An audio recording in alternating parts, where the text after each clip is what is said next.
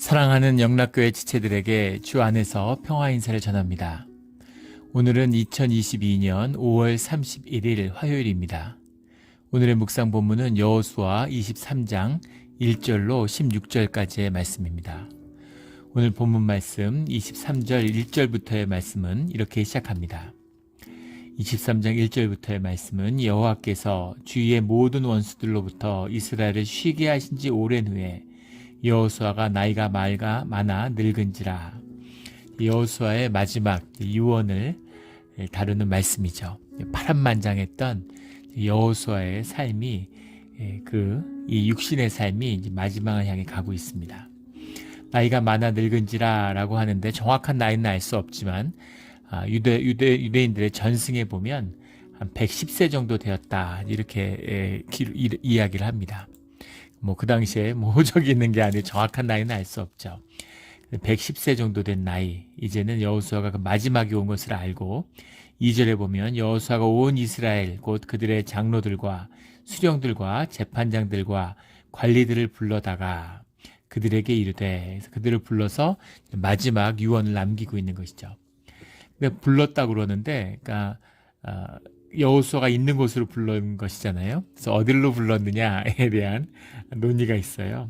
하나는 딥나세라로 불렀을 것이다. 우리 19장 50절에 나오는 딥나세라의 땅을 여호수아가 취했기 때문에 그곳에 머무니까 그곳으로 불렀을 것이다 라는 이야기도 있고, 또 실로였을 것이다. 실로가 사실상 수도죠. 그리고 여호와의 법궤, 여호와의 장막을 모신 곳이 실로기 때문에 중요한 그런 모임과 그런 회중의 모임, 대표의 모임을 실로에서 갔기 때문에 실로로 불렀을 것이다 이렇게 이야기하는데, 실로가 아니었을까 싶습니다. 한번 하나님의 말씀을 선포하는 것이지 개인적으로 이별을 하는 자리가 아니잖아요. 이스라엘의 대표들을 다 불러 모으는데 자기가 살던 곳으로 와라. 물론 나이가 있고 그 거동이 쉽지 않았겠지만 그래도 그 말씀을 마지막 전할 수 있는 그 힘, 마지막 사역으로서 실로에서 만났을 것이다 라고 보는 것이 더 맞을 것 같습니다. 3절에 너희 하나님 여호와께서 너희를 위하여 이 모든 나라에 행하신 일을 너희가 보았거니와 너희 하나님 여호와는 너희를 위하여 싸우신 이시니라. 행하신 일을 보았다라는 거죠. 이게 중요한 고백입니다. 주님의 능력이 함께하고 우리 삶 가운데 주님이 함께 하셨음을 너희가 알지 않느냐 하는 거죠. 그것을 보았죠.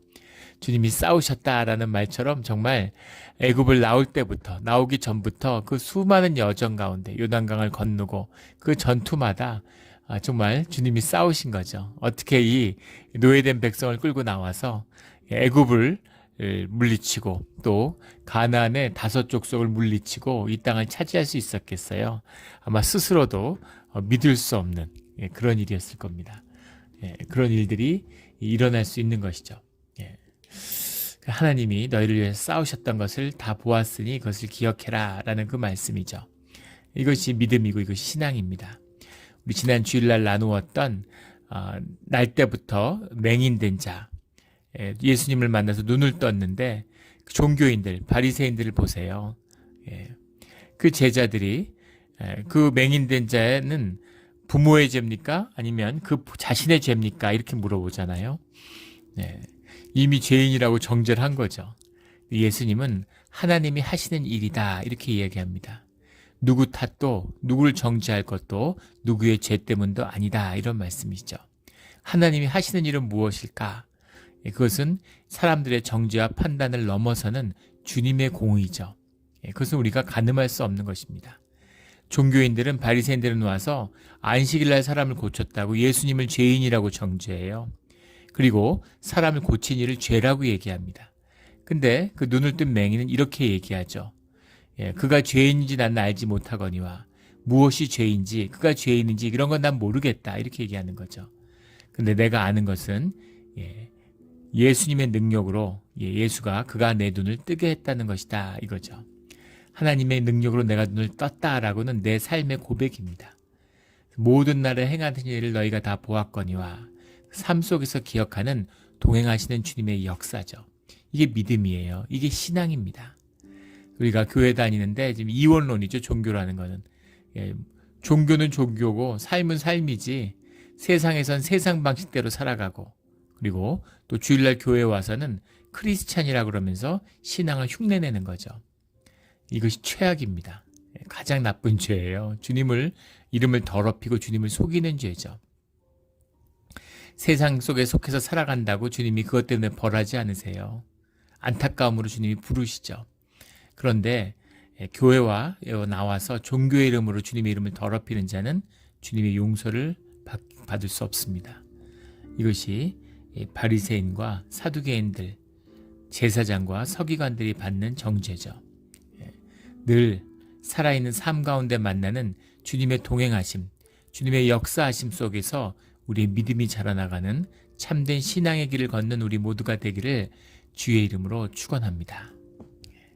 4절에 가면 너희에게 그 나라들을 지파에게 기업이 되게 하셨다. 5절에 너희에게 말씀하신 대로 너희가 그 땅을 차지할 것이라.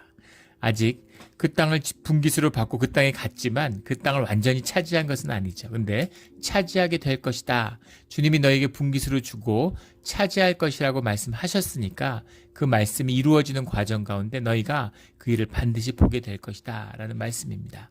이 주님의 약속이죠. 주님이 한 번의 땅을 비우면 땅이 황폐화되니까, 또 이스라엘의 후손들이 믿음이 자라나고 주님과 함께하는 법을 배워나가는 과정, 주님께 의지하는 법을 배우기 위해서 그 이방인들을 남기셨죠. 근데 그 땅에 이미 분깃으로 받았고 땅을 차지했어요. 땅을 차지했지만 차지할 것이고, 다스리려고 노력하지만 다스리게 될 것이고, 그 땅이 완전한 너희의 기업이 될 것이다 라는 그것이죠. 하늘에서 뜻이 이루어졌는데 땅에서도 이루어지기를 위해서 우리가 기도하고 그 일들을 이루어가는 것입니다. 이것이 우리의 믿음이고 우리의 삶이죠. 아이가 태어났는데 아이가 키가 장성하게 자랄 것이다. 아이가 진실이라면, 그 생명이 진짜라면 당연히 자라나는 거죠. 아이가 뭘 할 수 있겠어요? 짐이 같고 매일 울고 밤에 잠도 안 자고, 그래도 생명을 보는 기쁨이 있는 것이죠. 그리고 아이가 자랄 거라는 걸 의심할 여지가 없는 거죠. 생명이니까. 우리의 믿음입니다. 우리의 신앙이에요. 우리가 진짜라면 지금 어떤 모습인가가 중요한 것이 아니라 주님 안에서 그 모습이 자라가고 변화되고 주님에게 합당한 모습, 장성한 분량이 될 때까지 자라날 것이라는 거죠. 그래서 기뻐하는 것이죠. 그래서 우리가 주님께 감사하는 것입니다. 그 감사와 기쁨이 떠나지 않는 우리 기도의 자리가 되기를 주의 이름으로 축원합니다. 6절에 그러므로 너희는 크게 힘써 모세의 율법식에 기록된 것을 다 지켜 행하라. 힘쓰다라는 말이 바카자크템이라는 말인데, 바카자크템이라는 말은 이제 그 원형이 카자크죠. 카자크라는 말이 꼭 붙들다, 매달리다 이런 말이에요. 힘쓴다라는 게 주님께 딱 매달려 있는 겁니다. 우리가 먼 길을 내가 걸어서 가기 어렵지만 차를 타면 차가 가면 그냥 가는 거잖아요. 배에 타면 배가 가는 곳을 그냥 가는 거죠. 그렇죠? 주님이 가시는 길에 주님께 딱 매달려 있으면 주님의 뜻이 이루어지는 거죠. 우리 가운데. 주님과 함께 해야 되는 거예요. 딱 매달리고 꼭 붙잡고 있어야 되는 겁니다. 모세의 율법책에 기록한 것을 다 지켜 행하라. 우로나 좌로나 치우치지 말라. 예전에도 우리 여러 번 나누었던 말씀이죠. 중도를 지켜라 이런 말이 아니라, 중용의 도를 지켜라 이런 말이 아니라, 엉뚱한 길로 가지 말고 주님의 길, 말씀이 행한 대로 행하라, 말씀이 시킨 대로 행하라 이런 말씀이죠. 주님께 꼭 붙들어서 주님이 가는 길로만 가라라는 겁니다. 이 주님의 길을 가고 주님께 붙드는 그 중요한 비밀이 공동체, 우리 교회에 있는 것이에요. 내가 무슨 신앙이 탁월하고 믿음이 남달라서 무슨 영적으로 예민해서 주님의 음성을 잘 분별하고 주님의 음성을 늘 듣고 뭐 그런 부분도 있겠죠. 그러나 주님의 뜻을 분별하고 주님과 함께하는 그 비밀은 믿음의 사람들, 주의 자녀들, 내 두세 사람이 나의 이름으로 모인 곳에 내가 함께하겠다고 약속하셨죠. 누가 경건을 잘 지키고 누가 성스럽고 깨끗해서 주님이 함께할 수 있겠어요. 이렇게 공동체가 주님으로 이름에 모인 가운데 주님이 함께 하시다는 그 약속을 붙들고 그 말씀 안에서 함께 하는 것입니다. 이게 꼭 붙드는 거예요. 교회를 꼭 붙드셔야 됩니다. 주님의 몸된 교회에 딱 들러붙어 있어야 되는 거예요. 예. 그것이 축복입니다. 그게 복의 비밀이에요. 예. 뭐 여유가 있고 대충 뭐 여유가 뭐 한가하고 살만하면 교회 좀 나오고 또 바쁘고 또 뭐 이러면은 교회 또 못 나오고 그러면 안 나오는 일만 못해요. 아무 의미가 없는 것입니다. 예. 물론 또 반대로 율법적으로 뭐 교회 한 번도 빠지면 안 되고 주일 성수해야 된다 그런 건 아니죠. 우리의 마음으로 정성을 다하고 자원하는 심령으로 와야 의미가 있는 것이지 아우 막 내가 모태신앙 평생 교회 한 번도 안 빠졌어 그런 것이 자랑이 되는 것이 아니라는 겁니다. 하지만 교회를 함께하고 예배에 함께하는 자리, 예배가 열리고 예배를 통해서 주님을 만나야 의미가 있는 것이죠. 그게 아닌데 마당 밟고 그럼 무슨 의미가 있겠어요. 그러나 그것이 아니라 교회를 공동체 일원이 돼서 함께 사랑으로 살아간다는 것, 이것이 주님을 꼭 붙드는 비밀이다라는 것을 우리가 기억해야 되는 것이죠. 주님의 큰 선물입니다.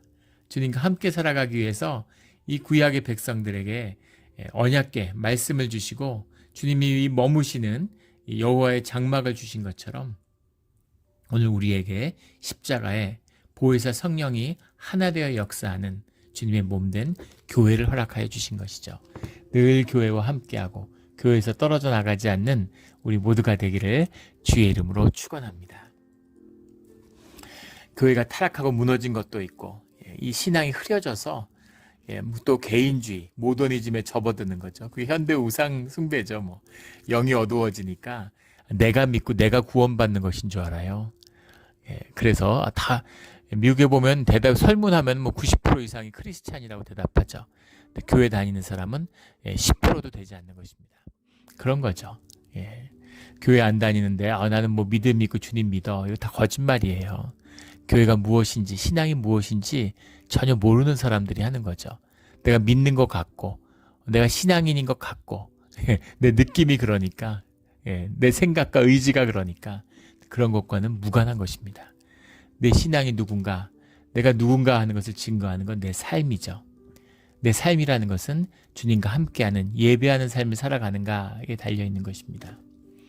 그래서 주님께 크게 힘써 모세의 율법에 기록된 것을 지켜 행하라. 말씀대로 살아가라.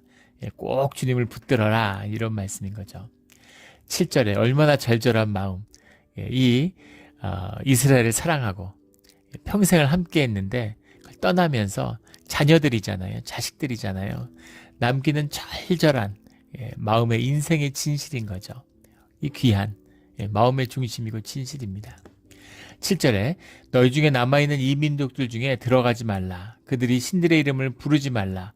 그것들을 가리켜 맹세하지 말라. 그것들을 섬겨서 그것들에게 절하지 말라. 가지 말라. 부르지 말라. 맹세하지 말라. 섬기지 말라. 절하지 말라. 그래서 이걸 오중 금지다 뭐 이렇게 얘기를 하는데 그러니까 가까이 하지 말아라 이런 얘기죠. 구별되어야 된다 이런 얘기입니다. 그러면 그들하고 섞일 일도 없게 만들지 아예 없게 만들지 왜 이 민족들 사이 살아가면서 이렇게 구분되게 만드셨을까? 옆집에 살고 같이 농사짓고 밥 먹고 이래요. 그런데 그들과 섞이지 않는다는 걸 왜 이렇게 하실까? 오늘 우리도 마찬가지죠. 주님이 공중의 권세 잡은 마귀의 권세 아래에 있는 세상 가운데 우리를 보내십니다. 그리고 마귀로부터 세상으로부터 우리의 믿음과 우리의 순결을 지키라고 말씀하시는 거죠. 그럼 아예 세상과 떨어져 살게 하시지 수도원에서 살게 하시지 왜 세상 가운데 보내는가? 세상 가운데에서 구별되고 세상 가운데서 절제되고 세상 가운데서 주님을 향해야 의미가 있는 것이죠. 음식이 많이 있는데 내가 절제해요. 그 절제의 힘이고 그래야 의미가 있는 거죠. 먹을 게 없어도 굶는데 그게 무슨 의미가 있습니까? 그 절제가 아니잖아요. 절제력이 잘할 수가 없는 것이죠. 죄가 없는 데서 어떻게 우리가 선을 지킬 수가 있겠어요? 우리가 주님의 나라에 가면 죄도 없고 악도 없습니다. 의도 없죠. 주님이 우리 모두를 주님과 하나 되는 주님의 나라로 영접해 드리셨는데 그게 무슨 그런데 거기서 우리의 의지, 자원하는 심령, 믿음이 자라나지는 않는다는 것이죠. 산을 올라야 그래야 근육이 생기고 폐활량이 늘어나고 우리의 능력이 자라나는 것이잖아요. 그걸 알아야 주님이 주시는 기쁨과 은혜와 평강이 무엇인지를 아는 것이죠. 전쟁을 경험해 봐야 평화가 얼마나 귀한 것인지를 알고, 굶어 봐야 음식을 먹는 게 얼마나 고마운 것인지를 알고, 군대에 가야 어머니가 얼마나 소중하고 귀한 존재인가를 아는 거죠. 우리 한국에서 군대 갔다 온 분들은 알죠. 훈련소에서 유교 훈련 받다가 어느 이제 코스에 가면 모두 다 이제 어머니 은혜 이런 거 한번 부르게 하죠. 그러면 다 통곡을 하고 옵니다. 부모가 얼마나 고마운지를 이제 군대 가서 아는 것이죠. 그 부모의 사랑을 받고 은혜 가운데 있을 때 몰라요. 투덜대고 왜 이런 거 안 해줘 뭐 이러다가 그 감사함을 깊이 뼈저리게 느끼는 거죠. 타향살이를 해봐야 조국의 귀한 걸 알고, 미국에 이민사를 해보니까 대한민국이 잘 되고 대한민국이 잘 돼야 되는구나. 그래야 되는 소중함을 알게 되는 것이죠. 이런 것이 주님이 이 이방에 보내서 믿음을 지키게 하고 순결한 구별된 공동체를 세우는 뜻이다라는 것을 알게 되는 거죠. 우리 맹세하지 말라는 의미가 무엇인지를 십계명을 통해서 우리 나눈 적이 있었죠, 여러 번. 절하지 말라의 의미가 무엇인지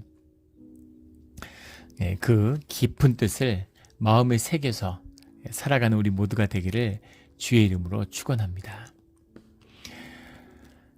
8절에 오직 너희 하나님 여호와께서 가까이 하기를 오늘까지 행한 것 같이 하라. 주님과 함께 가까이 한다. 가까이, 이것도 우리 몇 번 나눈 말씀이죠. 티바쿠라는 말인데 닷싹 그것도 들러붙는 거예요. 영어로 하면 to cling, keep close 이런 겁니다. 주님이 인격이시잖아요. 살아있는 인격, 영이시니까 우리가 기도하는 이유가 주님과 교제하기 위함이죠. 주님과 교제를 하는데 인격이니까 인격과 인격이 만나니까 깊이 관계가 깊어지는 것이죠. 관계입니다. 모든 것의 시작이 주님과의 관계잖아요. 그리고 인격이니까 친밀함을 느끼고 신뢰를 느끼고 교제하는 것이죠. 교제가 있어야 돼요.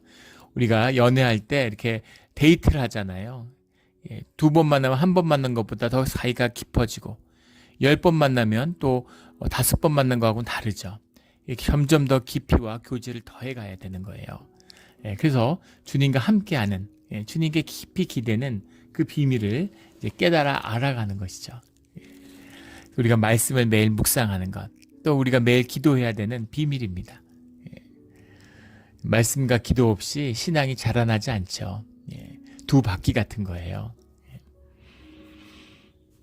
이 깊은 비밀을 이걸 말로 해서 뭐 하겠습니까? 누려본 자만이, 주님을 만나고 교제하는 자만이 아는 비밀이죠. 이 비밀을 놓치지 않은 우리 모두가 되기를 주의 이름으로 축원합니다. 우리 전에 만났던 한 목사님이 그런 얘기를 하세요. 미국 감리교 목사님인데 이분이 굉장히 이제 여러 가지로 좀 다재다능하고 복된, 살면서도 은혜와 복이 넘치는 분이구나 하는 걸 알 수가 있어요. 근데 그분이 그런 말씀을 하시더라고요. 뜻밖에도 중고등학교 때 굉장히 이분이 똑똑하고 공부도 많이 하고 그런 분인데 중고등학교 때 굉장히 방황하고 놀았다는 겁니다. 비행 청소년이었는데 근데 어머니가 기도하는 관사님이었는데 얼마나 비통하셨겠어요. 근데 어머니가 그런 이야기를 하셨대요. 어머니 간곡한 부탁이었던 거죠. 뭘 하든 어디까지 가든 너 어디까지 막 나갈래? 어디까지 너 그렇게 방황할래? 기도하는데 어머니가 눈물로 뭘 어떻게 하든 다 네가 원하는 대로 해도 좋은데 하나만 엄마를 기억하고 엄마를 생각해서 하나만 꼭 지켜달라고. 근데 그게 뭐였냐면 성경을 하루에 꼭 3장씩만 읽어라.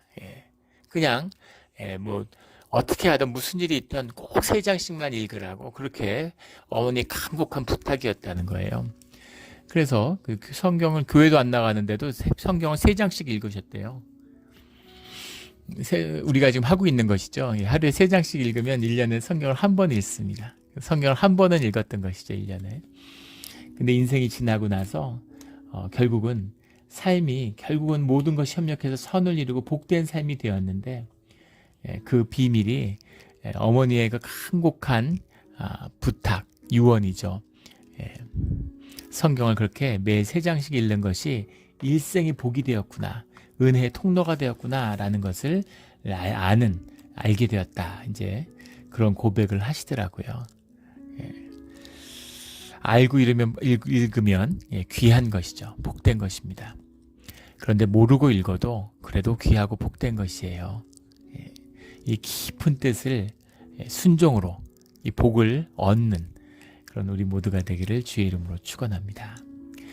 10절에 너희 중 한 사람이 1000명을 쫓으리니 이는 너희의 하나님 여호와 그가 너희에게 말씀하신 것 같이 너희를 위하여 싸우심이라.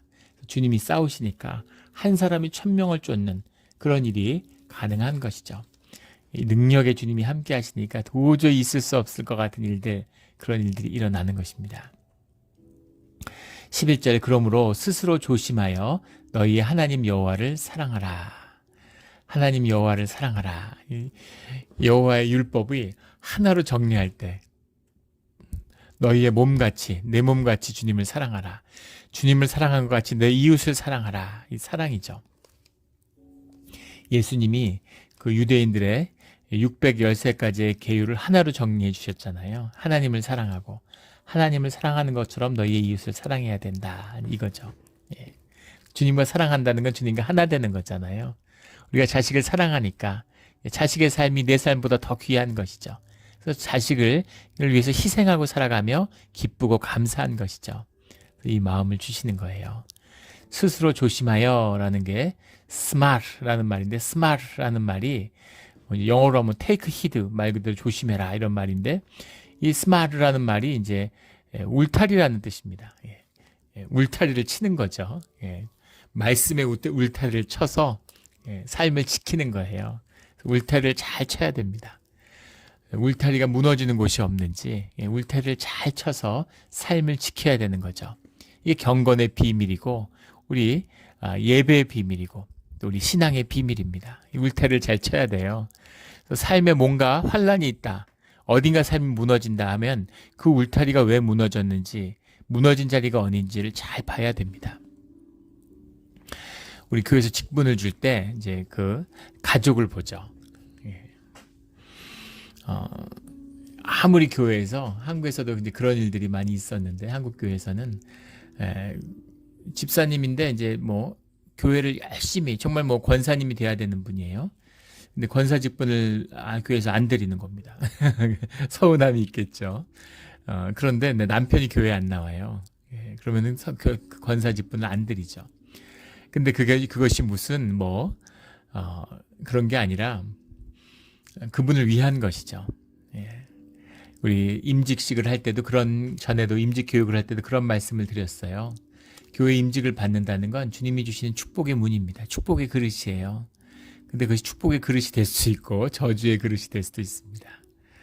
삶이 잘 지켜지지 않으면 무너진 자리로, 전쟁이잖아요. 영적 전쟁이에요. 울타리를 잘 둘러야 되는 겁니다. 어딘가 무너진 자리가 있으면 글로 적이 밀물듯이 밀려 들어오겠죠.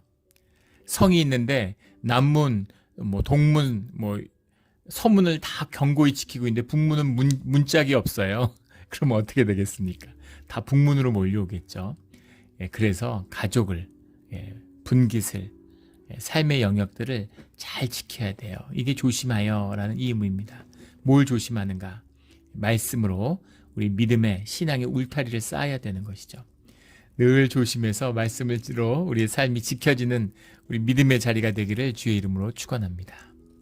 12절에 너희가 만일 돌아서서 너희 중에 남아있는 이 민족들을 가까이하여 더불어 혼인하며 서로 왕래하면, 그러면 13절에 나오는 그것이 올무가 되고 덫이 되고 채찍이 되고 가시가 된다. 너희 삶을 파괴하는 모든 원인이 된다. 만일 이 민족들과 가까이해서 왕래하면, 같이 사는데 어떻게 왕래를 안 하고 가까이 안 하겠습니까? 가까이하고 왕래하면 이라는 뜻이 무엇이냐는 거죠. 혼인하며, 우리 구약과 출애굽부터 시작해 쭉 역사를 보면 알겠지만 모세가 이방인과 결혼했잖아요. 결혼한 사람들이 계속 나오지 않습니까? 유다가 이방인과 결혼했는데 뭐 더 말해 뭐 하겠어요. 그런 의미가 아니죠. 여기서 돌아서서라는 말이 중요한데, 돌아서서라는 말이 사브타 슈브라는 말입니다. 소브타 슈브라는 말인데 앞에 나오는 소브나 뒤에 있는 수브나 같은 말이에요. 예, 근데 소브타 슈브라는 게 이제 강조의 의미가 들어있는 거죠. 예, 뭐 소브를 뭐 영어 성경 같은 데 보면 if 뭐 이렇게 만일 우리도 이렇게 해석했는데 뭐 만일이 아니라 둘 다 강조입니다. 예. 근데 수브라는 말이 이제 턴백이죠. 영어로는 턴백 이렇게 하는데 이게 배교를 의미하는 겁니다. 너희가 배교하면 무슨 말이냐면 이 민족을 가까이 하고 왕래하면이라는 의미는 뭐냐면 너희가 이 민족을 가까이 하고 왕래하는 것으로 배교를 하면 중심을 잃어버리면 너희의 삶의 이 주춧돌을 잃어버리면 이런 말인 것이죠. 예. 믿음을 잃어버리면 주님을 잃어버리면 이런 뜻입니다. 예, 뭐 주일에 교회 빠지면 이런 의미가 아니에요. 예, 너희가 율법을 지키지 않으면 그런 의미가 아닙니다.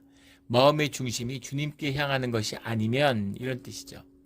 우상을 숭배하면 우상에 절하면 우상을 믿으면 왜 이 인간들은 이렇게 어리석게 하지 말라는데 그토록 거기에 마음을 빼앗길까 답답하구나. 근데 그것은 우리 시대에 우리의 환경으로 바꾸면 돈을 사랑하고 돈에 마음이 가지 않도록 조심해라. 돈이 너희의 삶의 목적이 되지 않도록 조심해라. 이런 말씀인 거죠. 확 와닿을 겁니다. 왜 돈에 빠져드는지. 돈이 중요하고 돈이 육신의 삶을 살고 있고 현상이 돈이 중요하지 않은 사람이 어디 있겠어요. 돈이 좋지 않은 사람이 어디 있겠습니까? 그러나 그것이 내 삶의 우선순위가 되면 1순위가 되면 그것이 내 삶의 목적과 원인과 이유가 되면 그게 제일 귀한 것이 되면 그러면 슈브, 소브가 되는 것이죠. 그러면 주님을 버린 거예요. 이것입니다. 처음부터 주님을 버리려고 하는 사람이 어디 있겠어요. 예. 주님을 못 만난 사람은 있지만 주님을 만나는데 돈이 좋아서 주님을 버리는 사람은 없겠죠. 근데 돈에 젖어드는 겁니다. 돈과 함께 하니까 돈이 좋은 거예요. 힘들고 어려울 때는 주님께 기도했는데 근데 잘 살고 여유가 있으니까 주님이 아니라 돈이 점점 묶여가는 거죠. 예전에 섬겼던 교회에 그런 분이 계셨어요. 교회에서 무슨 이런 조경하는 그런 일을 하는 분이었는데 정말 아주 어렵게 가족들이 이제 살았습니다. 젊은 가족인데 그 조경 일을 따내는 게 쉽지 않아요. 예, 한국 사회가 덩어리 사회잖아요. 과밀한 사회고 다 묶여 있는 겁니다. 그래서 어떻게든 그분에게 일을 좀 마련하고 싶어서 저희가 사는 그런 뭐 다세대 주택 같은데 이제 교회 사택이 있어서 거기 살았는데 그 안에도 뭐 정원이라고 할 것도 없는 아주 조그만 정원이죠. 조그만 이런 이제 그 주차장 옆에 딸려 있는 게 있는데 그것도 이제 관리하는 관리인이 있는 겁니다. 그거라도 좀 그분이 맡으면 좋겠다 싶어가지고 그 다주세 주택 통장님, 그 통장님이 이제 그 권한이 있죠. 마을 주민의 회장이죠. 그분한테 가서 그걸 좀 이렇게 어떻게 하는지 물어보고 이렇게 줄 수 있는지 한번 부탁을 해야 될까 하니까 그걸 하는 분이 통장님 조카래요. 그걸 할 수가 없는 겁니다. 한국 사회죠. 근데 정말 열심히 기도하고 단칸방에 가족이 살면서 열심히 기도했는데 주님이 은혜를 주셔서 문을 열어주셨는지 갑자기 잘 되는 거예요. 점점점 일이 생기고 막 풀려가기 시작합니다. 그래서 나중에는 골프장 조경도 맡고 그게 뭐 조경하는데 제일 큰 게 골프장 조경이죠. 뭐 나중에 돈을 말고 잘 사는데 돈을 잘 살고 뭐 집을 사고 이러면서 가끔씩 큰 돈을 헌금하는 거예요. 뭔가 큰 돈을 헌금하니까 감사의 제목이 있나 뭐 중요한 좋은 일이 있나 싶어서 물어보니까 사실은 반대인 거죠. 어려움이 닥칠 때마다 힘든 일이 있으면은 헌금을 많이 하는 겁니다. 왜 그럴까요? 두려운 거죠. 주님이 능력 있고 주님이 도우심으로 잘 됐다는 걸 알아요. 경험했으니까. 그런데 돈이 귀하고 돈이 얼마나 좋은 것인지도 압니다. 몸으로 아는 거죠. 그래서 돈을 놓칠 수가 없는 거예요. 두려운 겁니다. 그래서 그걸 놓칠까 봐 두려움 때문에 주님께 돈을 갖다 드리는 거죠. 뇌물이에요. 헌금이 아니라 삶이 나누어지는 삶의 주권을 주님께 내어드리는, 내가 망하든 살든 이게 다 주님의 기업이고 주님이 주신 겁니다. 내가 청직입니다. 이게 아니라 내 건 거죠. 주님께 좀 떼어드리는 거예요. 주님이 그걸 받으실까요? 주님이 뇌물이 필요합니까? 주님이 돈이 필요할까요? 예. 본질은 무엇입니까? 현상의 것, 눈에 보이는 것이 내 삶의 전부가 된 것이죠. 예. 껍데기가 전부가 되는, 그림자가 전부가 되는 본질과 실체를 잃어버린 것이에요. 이것이 여기 나오는 돌아서서에 나오는 배교입니다. 무슨 종교적으로 교리를 어기고 무슨 종교단체나 교단을 이탈하고 이런 게 아니에요. 예. 마음의 중심이, 마음의 원칙, 내 삶의 본질, 보이지 않는 실체를 잃어버리면 이것입니다. 예. 그러면 너와 사는, 네가 좋아 보이고 네가 좋아서 네 삶의 모든 복된 것처럼 보였던 모든 것이 올무와 덕과 채찍과 가시가 된다라는 겁니다. 얼마 전에 한국의 뉴스를 보다가 주로 이제 인터넷에서 제목들을 쭉 보는 거죠. 재밌는 기사가 있으면 한 번씩 보는데, 그 한국의 무슨 재벌 기업인데 남매가 아버지가 돌아가셨는데 아버지 장례, 어머니인가 아버지인가 무슨 그 장례 부조금을 서로 갖겠다고 소송이 붙은 겁니다. 그게 화제가 돼서 뉴스가 나왔어요. 예. 둘 다 돈이 많겠죠. 예. 부잣집 뭐 자식이니까. 예. 그런데 무슨 금융회사의 뭐 대표고 그래요. 그런데 예. 그 부조금이 물론 뭐 많겠죠. 예, 아버지가 뭐 평소 뭐 그게 많이 한국 사회에서. 그런데 뭐 그래 봐야 얼마나 되겠습니까? 자식들에게 유산을 다 나눠줬는데, 그런데 남매가 예, 단 둘밖에 없는데 부조금 때문에 싸워요. 근데 그 기사들, 경제 기자들이 분석을 하는데 설마 그 돈 때문에 싸우게, 돈이 아쉬운 사람들이 아니니까. 예, 근데 서로 미운 거죠. 서로에게 상처 주고 싶고 서로의 아픔을 주고 싶어가지고 그런 걸로 하여간 걸리는 게 있으면 서로 싸우는 거죠. 예. 올무고 가시고 예, 저주죠. 부잣집이 아니었으면, 유산이 아니면, 돈이 없으면 세상이 어렵고 힘들어도 남매가 서로 정을 주고 사랑하고 도와주고 같이 이렇게 가족으로 살아가고 그러라고 귀한 인연을 맺어주셨는데 원수가 돼가지고 돈 때문에 서로 미워하고 싸우고 상처 주려고 그러고 이러는 거예요. 이런 비극이 어디 있습니까? 이게 바로 올무고 덧치고 채찍이고 가시죠. 눈에 가시가 된다. 눈에 가시가 박히면 어떻겠습니까? 예. 올무와 덧과 채찍과 가시가 되는 짐이 되고 고통이 되고 허무가 되고, 이것이 세상에 사는 우리의 모습이죠. 또 종교는 이원화해서 막 돈은 들어온 거야. 예, 무슨 막 음식 같은 거 다 모든 뭐 욕망을 다 끊어야 돼. 막 이렇게. 그거는 수단이고 도구지, 주님을 만나기. 그 자체가 목적이 아니에요. 예. 막 돈을 막 황금 보기를 돌같이 해. 예. 황금은 황금같이 보고 돌은 돌같이 보면 되는 것이죠. 황금은 그냥 황금으로 쓰면 되는 겁니다. 돈은 돈으로 쓰면 되는 거예요. 돈이 우상이 되고, 돈이 내가 되고, 돈 벌면 막 우쭐해지고 자신감이 넘치고, 돈 없으면 기운이 쭉 빠지고 초라해지고, 그렇게 되면 안 된다는 것이죠. 주님의 자리에서 세상에 주님이 주시는 모든 세상을 다스리며 그 복을 누려가는 우리 모두가 되기를 주의 이름으로 축원합니다.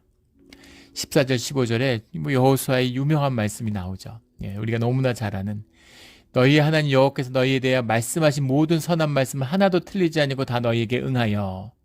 15절에 너희 선한 말씀이 너희에게 임한 것 같이 여호와의 모든 불길한 말씀도 너희에게 임하게 하사. 예, 너희 앞에 생명과 죽음의 길이 있다. 너희 앞에 축복과 저주의 길이 있다. 너희는 선택하라 하는 그 말씀 그대로인 거죠. 예. 주님의 말씀이 있는데 선하고 좋은 축복의 말씀도 말씀대로 임하지만 저주와 죽음의 말씀도 너희에게 말씀대로 임하게 하신다라는 거죠. 그래서 너희는 주님의 말씀을 주님의 뜻 가운데 붙들어야 된다라는 겁니다. 16절에 아름다운 땅에서 너희가 속히 멸망하리라. 말씀을 놓치게 되면, 주님을 놓치게 되면 진짜 비참하지 않아요? 멸망하는데 아름다운 땅에서 멸망하면 메마른 땅, 노예 생활하다 멸망하는 것보다 더 비참하잖아요. 예전에 제가 뉴욕에서 섬겼던 교회에 교인이 한 분 계셨는데 그분이 구두를 닦으세요. 그 뉴욕 퀸즈 이쪽 직길에서 뉴욕을 구두 닦기를 하시는데 돈도 잘 벌고 뭐 잘 사십니다. 근데 나중에 이제 친해져서 교제를 하다가 이야기를 하는데 그분이 서울대를 나오셨어요. 서울대 상대를 나왔습니다. 예, 경기고등학교를 나오고 서울대를 나왔는데 예, 그분이 뭐라고 얘기하시냐면 미국에 와가지고 뭐 이런저런 사업을 하다가 한국에서 잘 나가셨겠죠. 그러다 몇 번 망하고 그러다가 이제 뭐 주변에서 그게 당장 돈은 벌어야 되고 먹고 살려니까 그러니까 이제 구두 닦기를 시작하신 거죠. 무슨 문제가 있습니까? 돈 잘 벌고 잘 살아요. 예, 직업에 귀천이 없고 문제가 없는 것이죠. 그것도 하다 보니까 계속 그쪽으로 풀려가지고 예, 그 일을 하고 계신데 한국은 이제 아직 봉건 의식이 있고 봉건의 잔재가 있잖아요. 직업에 귀천이 있다고 생각하는 그런 세대죠. 뭐 지금은 또 다르겠지만 그러니까 구두를 닦는다는 게 부끄러운 거예요. 이분이 예. 구두를 닦는 게 부끄러운 게 아니라 당신이 예, 서울대를 나왔다는 게 부끄러운 거죠.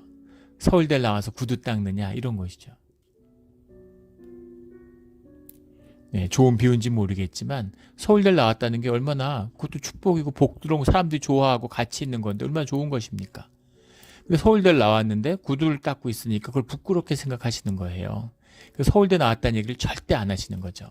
나중에 이제 친해지니까 그 얘기를 하시는 거예요. 예, 물론 뭐 세상에서 뭐 좋은 대학을 나오고 그 다 세상에 나뭇잎 침하고 껍데기죠. 뭐 귀할 게 뭐가 있겠습니까, 사실은. 그 사람들이 귀하다고 그러는 거지. 예. 그런데 그게 무엇이든 간에 좋은 것이잖아요. 좋은 것을 좋은 것으로 누릴 수 있어야 되는 거죠. 좋은 것이 굴레가 되면, 좋은 것이 가시가 되면, 좋은 것이 채찍이 되면, 아름다운 땅에 들이셨는데 멸망하면 무슨 의미가 있겠습니까? 교회로 인도해 주셨는데 교회에서 분쟁하고 갈등하고 미워하고 가족이 되고 사랑하고 서로 아끼면서 천국의 백성으로 같이 살아가라고 하늘 가족으로 묶어 주셨더니 서로 미워하고 싸우고 무슨 무슨 소송을 하고 축복의 그릇을 저주로 바꾼 것이는 것이죠. 그런 일이 있어서는 안 됩니다. 선한 말씀으로 저주와 죽음이 아니라 생명과 축복으로 주님의 말씀을 붙들어야 되는 것이죠. 이 귀한 말씀을 여호수아의 유언을 꼭 붙들고 누리며 살아가는 복된 아름다운 땅에서 주님이 주신 선물을 세상의 선물을 누리며 살아가며 성취하는 우리 모두가 되기를 주의 이름으로 축원합니다. 아멘. 다 같이 기도드리겠습니다. 하나님 아버지 감사합니다. 주님 귀한 말씀 주시니 감사하고 오늘 이 여호수아의 철저한 마음 우리의 마음이고 또 우리가 자녀에게 주는 그런 마음입니다. 주님의 말씀을 붙들고 한 교회가 되어서 주님이 주신 이 축복을 절대로 놓치지 않는 그런 우리 모두가 되게 하여 주시옵소서. 오늘 하루가 그런 삶이 되기를 소원합니다. 감사드리며 예수 그리스도 이름으로 기도드렸습니다. 아멘.